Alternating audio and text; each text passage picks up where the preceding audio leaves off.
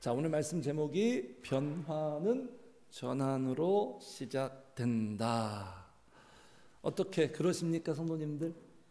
인생을 이렇게 살아보시니까 그런 것 같아요? 이 말에 동의하시나요? 그런가요? 잘 모르시겠나요? 인정하시나요? 우리가 동의하고 인정하지 않아도 분명한 사실입니다. 우리의 인생의 변화는 어떻게 시작되냐면 전환으로부터 시작돼요. 전환이 없으면 변화도 없는 거예요. 네? 전환이 뭐죠? 방향을 바꾸는 거잖아요. 어떤 상태를 바꾸는 것. 그래서 우리가 살아갈 때 어떤 변화가 필요해, 전환이 필요해, 이미지를 바꾸고 팀 컬러를 바꾸고 기업의 어떤 방향을 바꾸고 개인들도 소소하게 머리 스타일을 바꾸고 단발 쇼커트로 바꿔서 이미지를 좀 쇄신하고 마음을 좀 쇄신하고 새롭게 전환하고 싶고 그러한 모습들이 우리의 삶의 풍경 속에 다 나타나지 않습니까, 성도님들? 자, 그래서 우리의 인생의 변화는 전환으로 시작하는데 전환하기 위해서는 오늘 말씀을 통해 지금 사도 바울이 우리에게 가르쳐주고 있거든요. 전환하기 위해서는 두 가지가 필요합니다. 첫 번째는 뭐냐면 한번 같이 해주세요. 벗어나야 한다. 벗어나야 하는 거예요. 벗어나지 않고서는 변화가 없어요. 벗어나지 않고서는 전환이 없어요. 에베소서에는 또 이렇게 표현했죠. 새 사람을 새 옷을 입는다 이렇게 표현했거든요, 사도 바울이. 새 옷을 입기 위해서는 무슨 전환? 벗어야죠. 옛사람의 옷을 벗어야죠. 벗어야지 입을 수 있는 거예요. 옷가게 가서 이렇게 거울 보고 먼저 들어가잖아요. 피팅룸인가요? 거기에 벗어보고 한번 입어보세요. 벗어나야 되는 거예요. 그래서 우리 하나님의 은혜는 뭐냐? 하나님께서 무슨 일을 하시느냐? 벗어나게 하십니다. 우리의 삶 가운데 섭리하셔서 여러 가지 상황과 사건 통해서 또 사람들의 어떤 그런 만남을 통해서 벗어나게 해요. 아브라함 보세요. 아브라함 불러서 네가 살던 갈대아 우르에서 일단 벗어나야 된다. 공간에서 벗어나게 하잖아요. 공간을 이동시켜요. 이스라엘 백성들도요, 새롭게 대전환을 필요하기 위해서는 하나님 마련하신 젖과 꿀이 흐르는 가나안 땅에 가기 위해서는 이집트를 벗어나야 되는 거예요. 그런데 이스라엘 백성들 이집트에 사는 게 그 노예 근성이 이제 몸에 배어서 벗어나려고 하지 않잖아요. 광야에서도 계속 성령님은 앞으로 벗어나게 하는데 이스라엘 백성들은 다시 돌아가려고 하죠. 여기서 알 수 있는 사실은 우리는 벗어나는 것을 그리 달갑게 여기지 않는다. 그냥 이대로가 좋아. 이걸 더 우리는 좋아해요. 말씀을 듣지만 여전히 내 방식 고수한단 말이에요. 벗어나야 살 길이에요. 벗어나야. 그런데 우리가 동의하면서도 우리의 몸이 잘 움직여주지 않죠. 따라가지 않죠. 왜냐하면 이미 우리는 옛사람의 예수 안 믿고 신앙생활 하지 않았던 그 방식에 너무나 우리는 지금 체질화되어 있기 때문에 벗어나지 않고.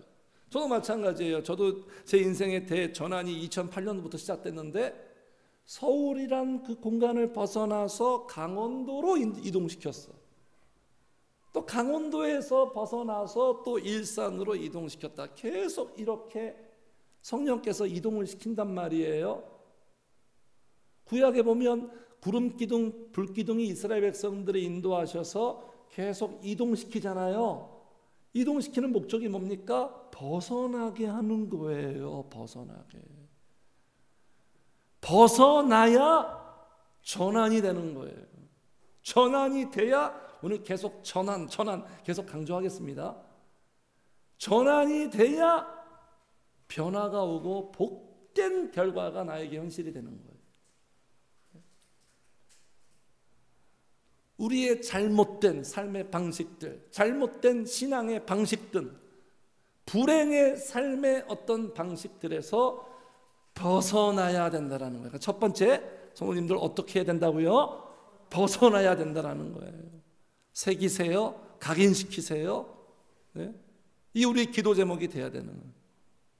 그래서 오늘 본문에 지금 사도 바울이 지금 로마서 이 위대한 복음을 전하면서 이 복음을 듣는 자들을 벗어나게 하려고 로마에 있는 성도들, 그들이 복된 인생이 되고 주께 영광 돌리는 인생이 되기 위해서는 1차적으로 벗어나야 돼.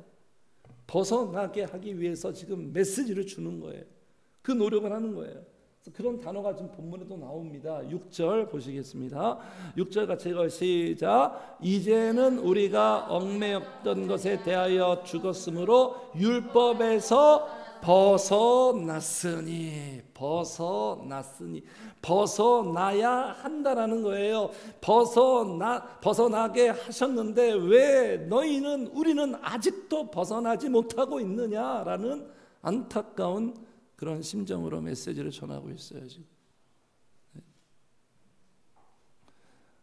이게 목회자의 사명이에요.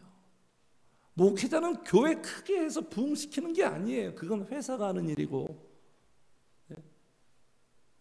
제가 이제 이번 주에 청년부였던 저의 멘토 목사님 만났거든요. 서울에 찾아가서, 오래간만에 찾아가서 인사드리고 대화도 하고 또 많은 사랑과 위로도 받고.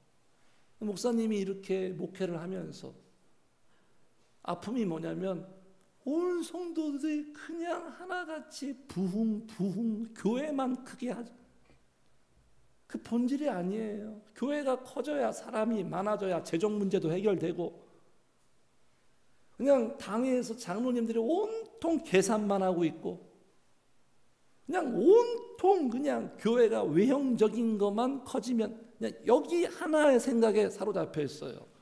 벗어나는 것, 내가 변화되는 것, 주님을 만나는 것, 이런 것들은 안중도 없어요. 그러면서 막 마음속으로 안타까웠어요. 그런 대화를 했어요. 이게 비단 그 교회, 우리 교회 문제가 아니죠. 한국교회 전체, 전 세계 교회의 문제고 인간의 문제예요. 주님이 얼마나 답답하겠어요. 마음이. 그게 아닌데 얘들아, 이건데 왜 거기에서 벗어나지 못하고 있냐. 이 목회자의 사명과 역할은 뭐냐? 성도들을 벗어나게 해주는 거예요. 벗어나게. 이게 얼마나 어려운 일이고 안 되는 일이고 기적과 같은 일입니까? 사람이 할 수 없는 일이죠. 성령님만이 하실 수 있는 일이죠. 그래서 성도님들 생각해 보세요. 일단 대전환 벗어나야 되고, 어디에서 벗어나고 어떤 전환이 먼저 우리에게 우선이 되냐면 신앙의 대전환이 있어야 돼요. 그냥 교회 다닌다고 신앙생활 한다고 다 신앙생활이 아니에요. 신앙생활은 열심히 한다고 그것도 아니고요. 신앙생활은 잘해야 되는 거예요. 공부 열심히 한다고 되는 게 아니고 공부 잘해야 되잖아요. 제대로 잘해야 되는 거예요. 그래서 신앙의 대전환이 필요해요. 그래서 오늘 본문에서 지금 7장 보면 막 표현들이 어렵거든요. 익숙하지 않은 단어들의 나열이에요. 그런데 간단해요. 쉬운 메시지예요. 사도 바울이 지금 너희들이 벗어나야 할 신앙의 방식이 뭐겠어요, 성도님들? 좀 감은 오죠? 대략 짐작해서. 율법 신앙에서 벗어나라는 거예요. 율법 신앙에서 벗어나라는 거예요.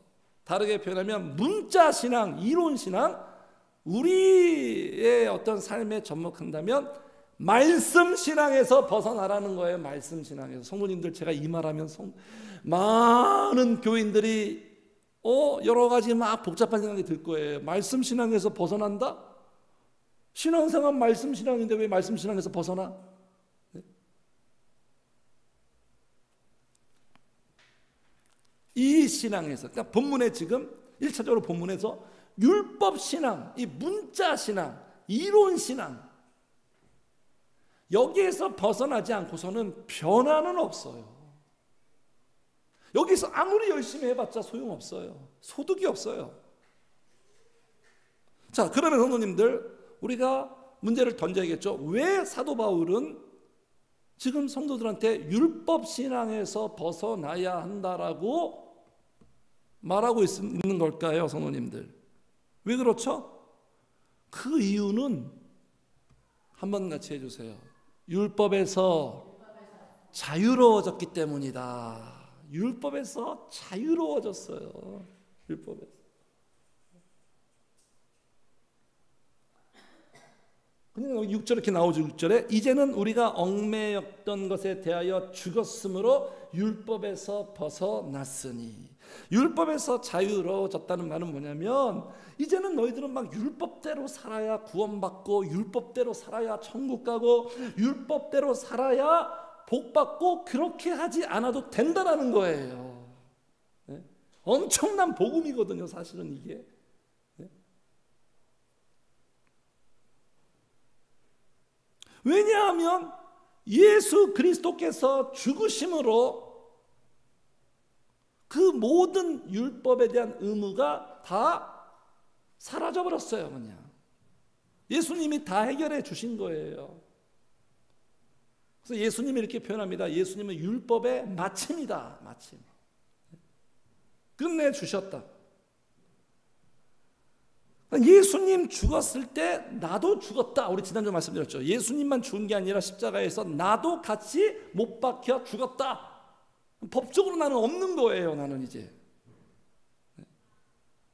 그러니까 구속력이 없는 거예요. 그래서 본문에서 지금 사도 바울이 이 부분을 설명하기 위해서 부부관계 또 법적으로 이렇게 설명을 합니다. 1절 보세요. 형제들아 내가 법 아는 자들에게 말하노니 너희들이 법적으로 이런 부분 상식으로 알지 않느냐. 너희는 그 법이 사람이 살 동안만 그래 주관하는 줄을 알지 못하느냐. 그렇잖아요, 성도님들.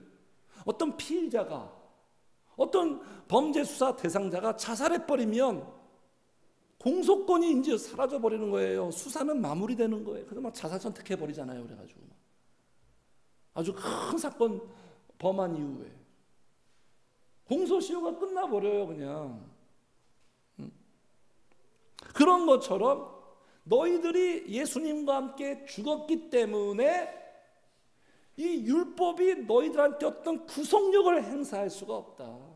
그런 법적인 의무는 이제 없다. 사라져 버렸다. 그러니까 율법 신앙에서 벗어나도 된다. 이 부분을 지금 예를 들고요. 또 하나는 부부관계로 또 부부의 법적 관계 또 설명합니다. 자, 2절 보겠습니다. 남편 있는 여인이 그 남편 생전에는 법으로 그에게 매인바 되나 만일 그 남편이 죽으면 남편의 법에서 벗어나느니라. 네. 그렇잖아요, 성도님들. 네. 남편이 죽으면 이제 자유의 몸이잖아요. 재혼도 할 수 있고.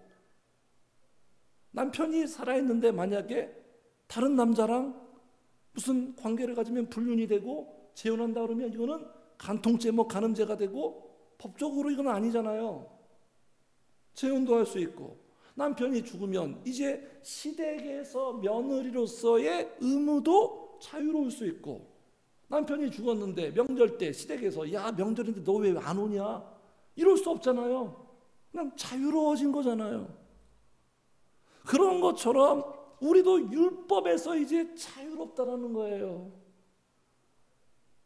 그런데 계속 여전히 옛날 스타일을 방식을 고수하고 있는 거예요. 사도 바울은 이 진리를 이 사실을 알고 있는데 얼마나 답답하겠어요. 그리고요 실제적으로 율법 신앙에서 벗어나야 한 이유는요. 율법은요 이 문자 신앙, 이론 신앙, 이 말씀 신앙은요 사람을 살리지 못해요. 영혼을 살리지 못해요. 이게 중요한 거 아니겠습니까? 첫 번째 제가 전한 그 내용보다 실제적으로 우리에게 영혼을 살리지 못해요. 성도님들 이 문자 이론 말씀 신앙은 영혼을 살리지 못한다니까요. 이 사실을 확실하게 정확하게 모르고 어렴풋이 어렸을 때부터 배우고 들었던 그 어떤 신앙대로 그대로 따라가는 거예요. 저는 이 사실을 알았어요. 참 감사하게도. 율법 문자 이론 신앙은요, 사람을 살리지도 못하고 변화시키지도 못해요. 변화시키지도. 네. 구원할 수도 없어요, 성도님들. 말씀 신앙은요, 영혼을 살리지 못해요. 말씀 신앙은 사람을 변화시키지 못해요. 광야의 이스라엘 백성 보세요. 모세를 통해서 얼마나 하나님이 율법의 말씀들을 주셨습니까? 그 말씀을 얼마나 많이 들었겠어요. 근데도 변화되던가요? 더 나빠지죠. 더 나빠지죠. 제자들 보세요. 예수님께 말씀을 매일같이 드려요. 정말 이 말씀은 사람의 말이 아니에요.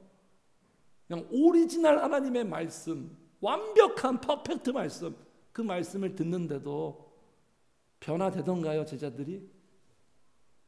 절대로 안 변화. 예수님 승천하기 직전까지 안 변하죠. 여전히 정치적인 비전에 사로잡혀 있죠. 저도 마찬가지예요. 저도 예전에 그냥 우리 예람이 엄마가 잘 알아요. 예람이 엄마뿐만 아니라 저를 알고 있는 많은 그 신앙의 지인들은 알아요. 그냥 저는 오로지 말씀이었어요. 말씀. 그냥 말씀이 제일 좋고 그냥 말씀으로 승부를 걸고 제 설교를 들으면 많은 사람들이 저한테 이렇게 얘기했어요. 목사님은 말씀으로 승부하시는 스타일이군요. 그렇게 말씀에 관심이 있고 말씀을 읽고 말씀을 암송하고 말씀에 관련된 책들을 읽고 그런데도 저는 전혀 변화되지 않더라고요. 회복이 안 돼요. 전혀.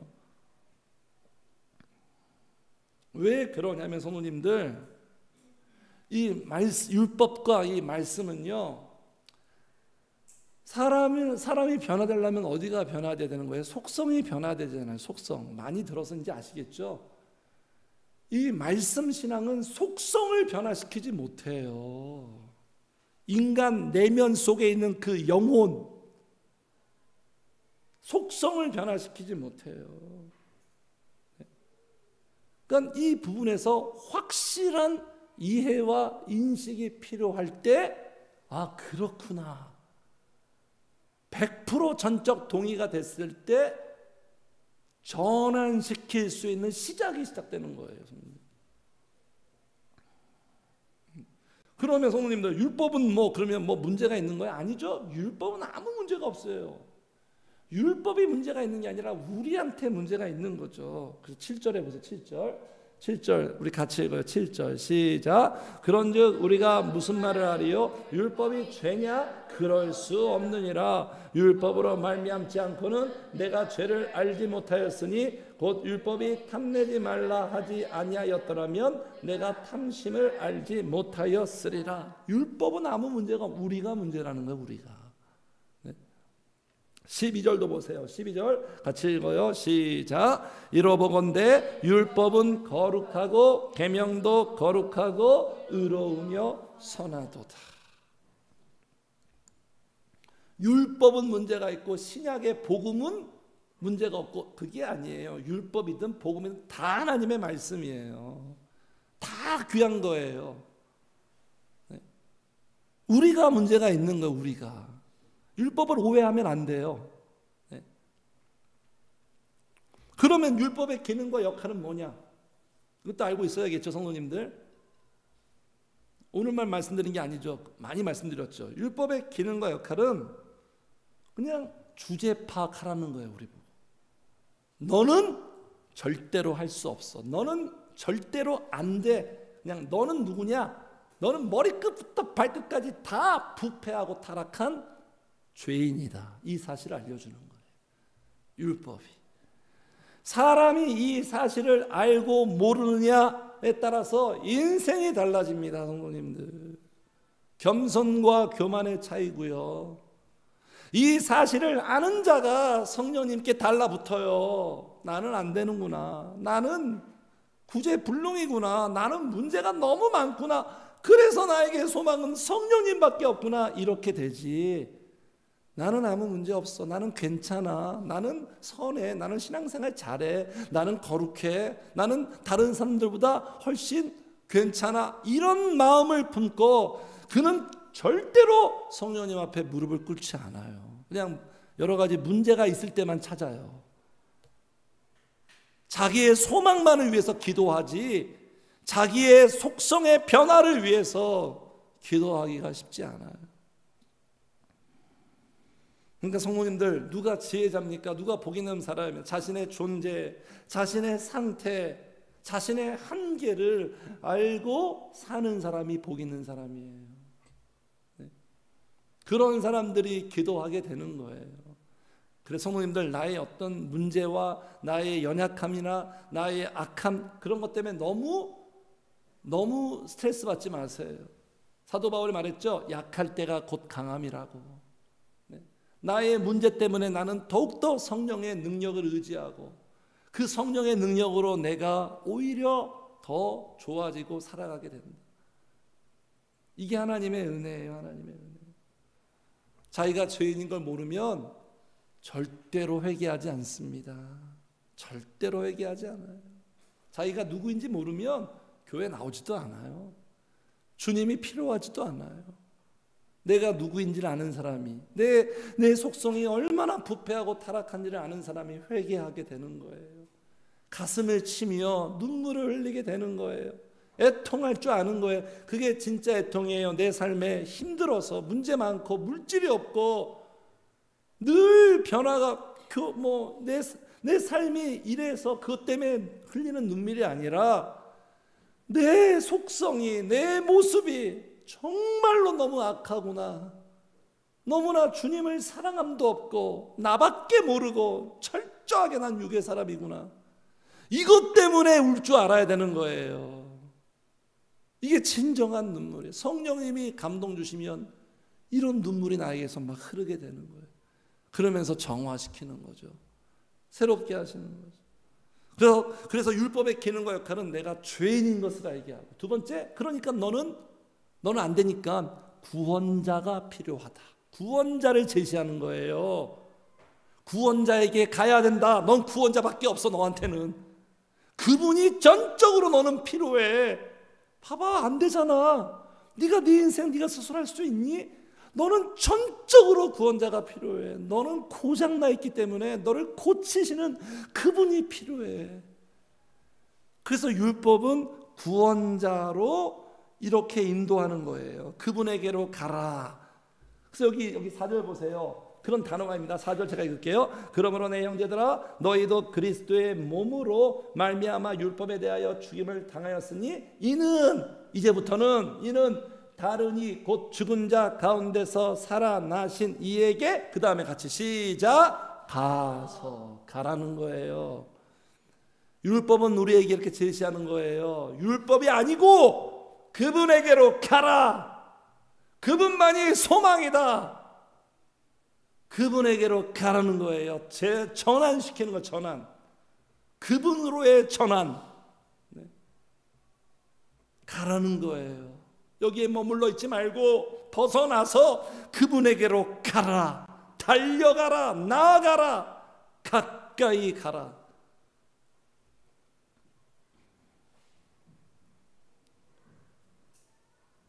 딱 여기까지예요. 율법이. 그 이상도 이하도 아니에요.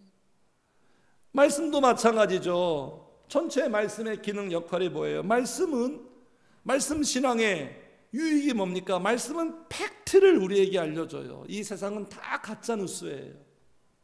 말씀만이 진짜예요. 무엇이 진리이냐? 네?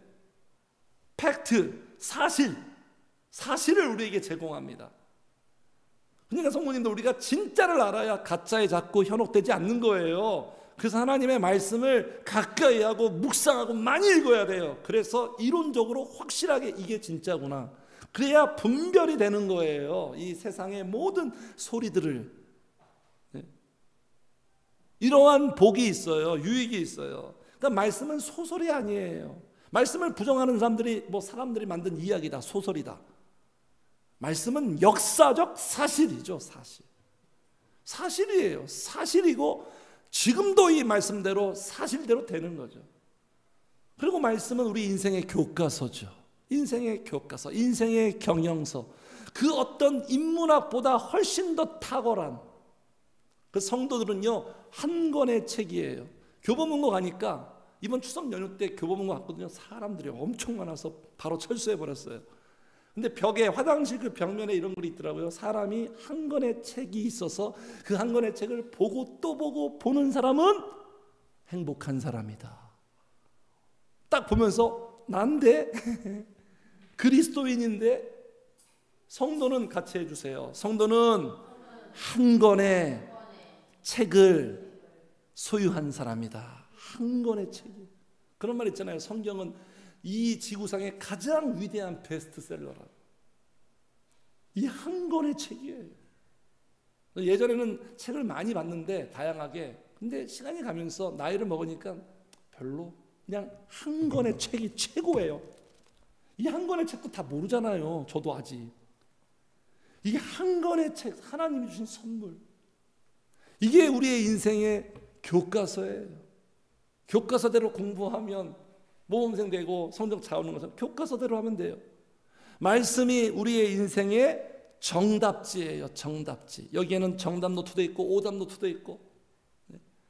그러니까 세상의 모든 질문에 말씀이 답하는 거예요. 성도는 답을 가지고 있는 사람들이에요. 세상은 질문하고 우리는 답한다. 얼마나 복된 겁니까? 정답지를 가지고 있어요. 정답지를 가지고 있으면서 우리의 인생의 문제와 난제를 풀어가는 거예요. 정답지가 있는 사람과 없는 사람의 차이는 큰 차이잖아요.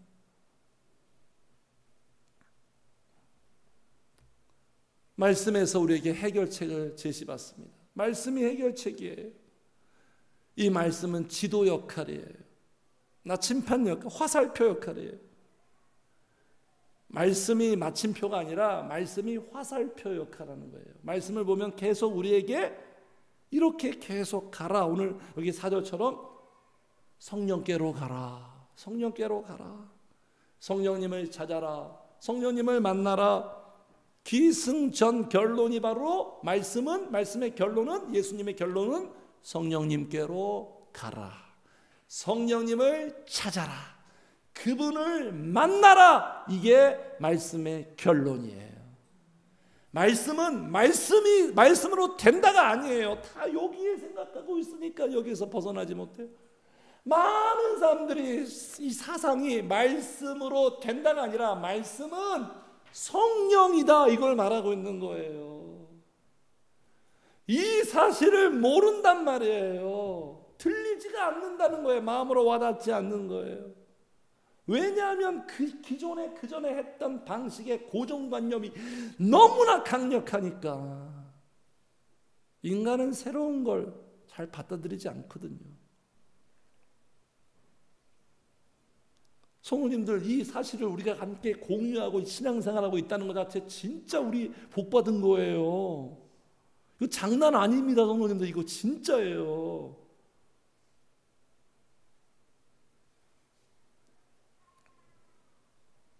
그래서 첫 번째는 벗어나야 된다. 벗어나야 됩니다. 성도님들, 말씀을 잊지 말라는 얘기가 절대 아닌 거 아시죠? 그렇게 하면 안 됩니다. 말씀은 다 제끼고 이제부터 기도만 한다. 아니에요. 절대 아니에요. 좀 전에 말씀드렸잖아요. 말씀의 기능과 역할과 유익에 대해서. 말씀과 기도가 같이 가야 돼. 같이. 균형 있게. 그래서 문자 신앙, 이론 신앙, 율법 신앙, 말씀 신앙에서 벗어나서 어디로? 사도 바울의 지금 방향 되시는 복음으로. 그 복음의 대상이신 예수 그리스도께로. 4절 다시 한번 읽겠습니다. 시작. 그러므로 형제들아, 너희도 그리스도의 몸으로 말미암아 율법에 대하여 죽임을 당하였으니 이는 다른 이 곧 죽은 자 가운데서 살아나신 이에게 가서 우리가 하나님을 위하여 열매를 맺게 하려 함이라. 4절의 방향이에요. 4절. 4절의 방향이야. 이렇게 가면 돼요. 그럼 잘 가고 있는 거예요. 예. 그러니까 지금 4절에서는 지금 표면적으로는 죽은 자 가운데서 살아나신 부활하신 예수님께로 가서 이렇게 표현되어 있지만 우리가 더 한 걸음 더 들어가면 예수님이 어떻게 말씀하셨죠? 부활하신 다음에 나에게로 오지 말고 누구에게로 가라? 성령에게로 가라는 거예요. 여기까지 설명이 들어가야 되는 거예요. 그런데 그 영적인 걸 모르니까 그냥 4절에 예수님이구나, 예수님에게로 가면 돼, 여기 딱 끝나버려요. 성령으로 전환이 안 되는 거예요. 이게 문제, 성도님들. 이게 얼마나 큰 문제인 줄 아십니까?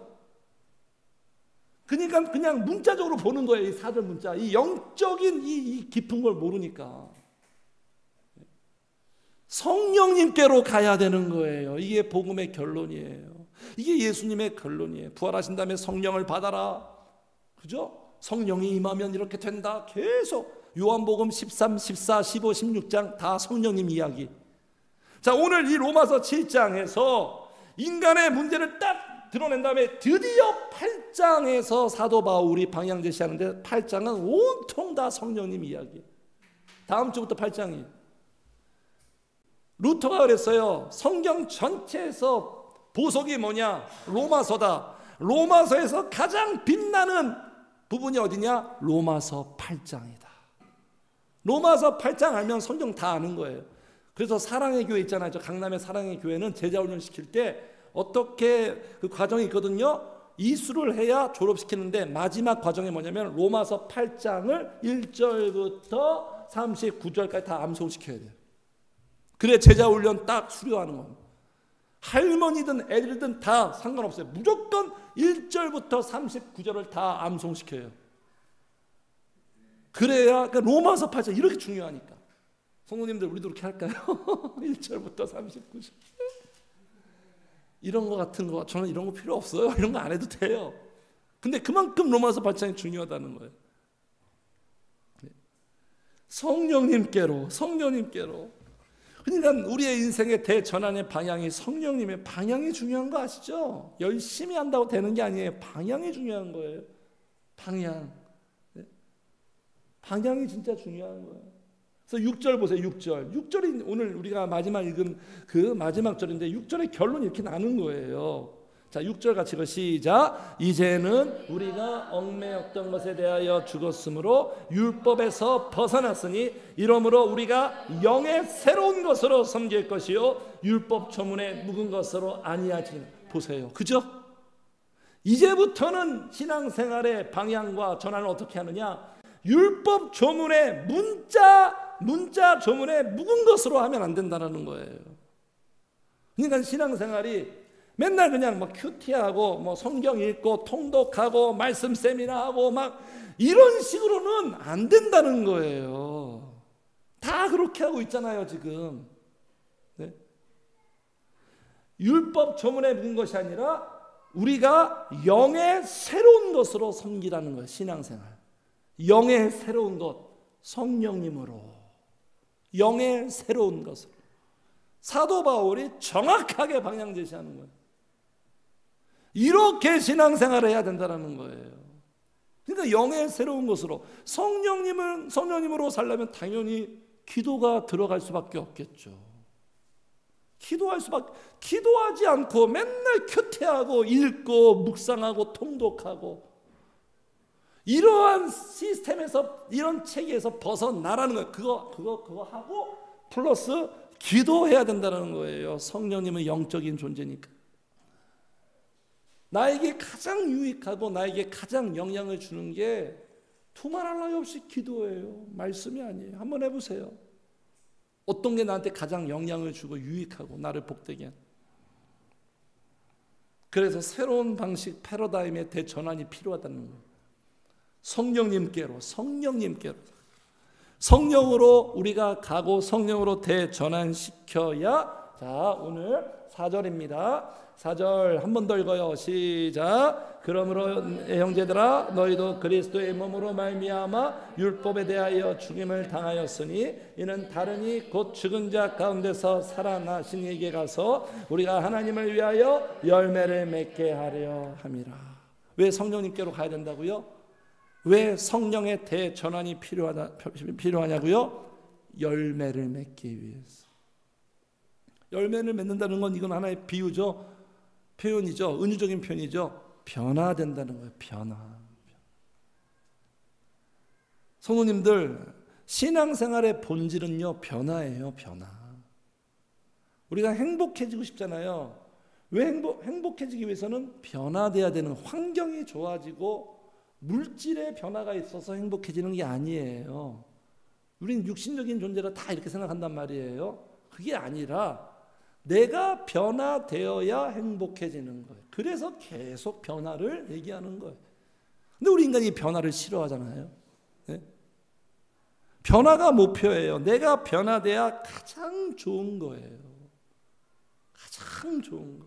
이 부분을 놓고 우리가 씨름하고 이 부분을 놓고 몸부림쳐야 되는 거예요. 모든 신앙생활의 방향과 그런 어떤 포인트가 나의 변화예요. 그러니까 우리가 기도할 때 뭐 환경 놓고 문제 놓고 물질 놓고 기도하지 말라 그러잖아요.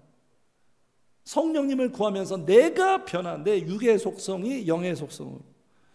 그래서 이 열매는요, 성도님들, 열매는 자력으로 맺을 수 없는 거잖아요.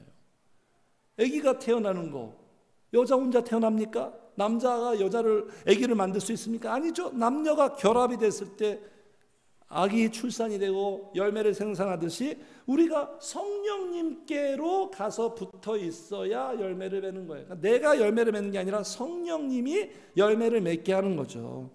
예수님식으로 표현하면 가지가 나무에 붙어 있어야 열매를 맺는 거예요. 서로 연결이 돼야 그 나무로부터 뭔가 생명력을 받아서 열매를 맺는 거예요. 성도님들 보세요. 우리의 불행의 원인이 뭡니까? 불행의 원인은 딱 한 가지예요. 육의 속성이에요. 행복의 원인과 이유는 또 뭐예요? 영의 속성이에요. 영의 속성. 항상 생각하세요. 내 환경이 아니다. 내가 돈이 없어서 불행한 게 아니다. 힘든 게 아니에요. 육의 속성 때문에 힘들고 불행해지는 거예요. 이 부분을 성령님만이 해결할 수 있는 거예요. 열매를 맺어야 흡족하다라고 베드로 전서에 나오거든요. 이 열매를 맺어야 내가 흡족한 거예요. 내가 변화돼야 흡족하고, 그 흡족이 저 서울대 행복연구소 소장의 결론에 의하면 그 흡족함이 행복이에요. 행복.